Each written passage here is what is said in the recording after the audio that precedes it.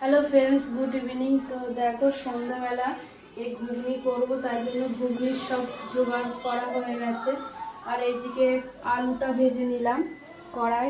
আর ও আজ টমেটো নেই বলে টমেটোটা ছিল না, তাই জন্য ও কাজের থেকে আসলো, তাই জন্য আমি বললাম টমেটোটা কিনে আসবে। তো টমেটোর জন্যই লেট করেছিলাম। আর এখন বাজে 8:30।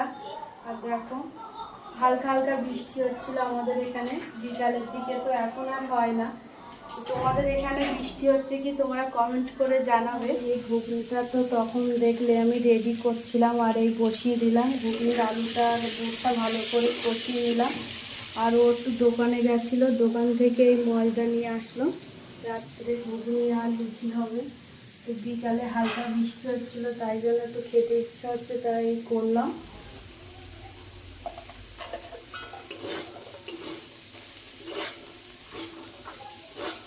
তো বন্ধুরা দেখো তরকারিতে জল দিয়ে দিলাম, এবার ময়দাটা মাখিয়ে নেবো।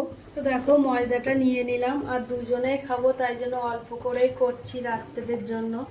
তো দেখো ময়দাটা নিয়ে এবার ময়দাটা মাখাবো, আর এইদিকে তরকারিটা তো ফুটছে।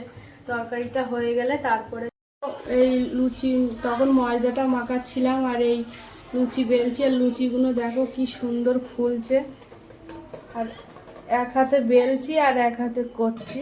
তো হয়ে গেছে, কটা আছে, কটা হয়ে গেলে হয়ে যাবে কমপ্লিট।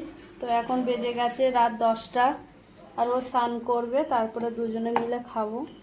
তো দেখো আমার এই লুচি তরকারি হয়ে গেছে, আর ও স্নান করতে গেছিলো কাজ থেকে এসে, তো স্নান করে দুজনে বসে একটু গল্প করছিলাম। তারপরে অনেকটাই রাত হয়ে গেছে, এখন রাত 11টা বাজে। তো দেখো দুজনে বেড়ে নিলাম। তো চলো খেয়ে নেই।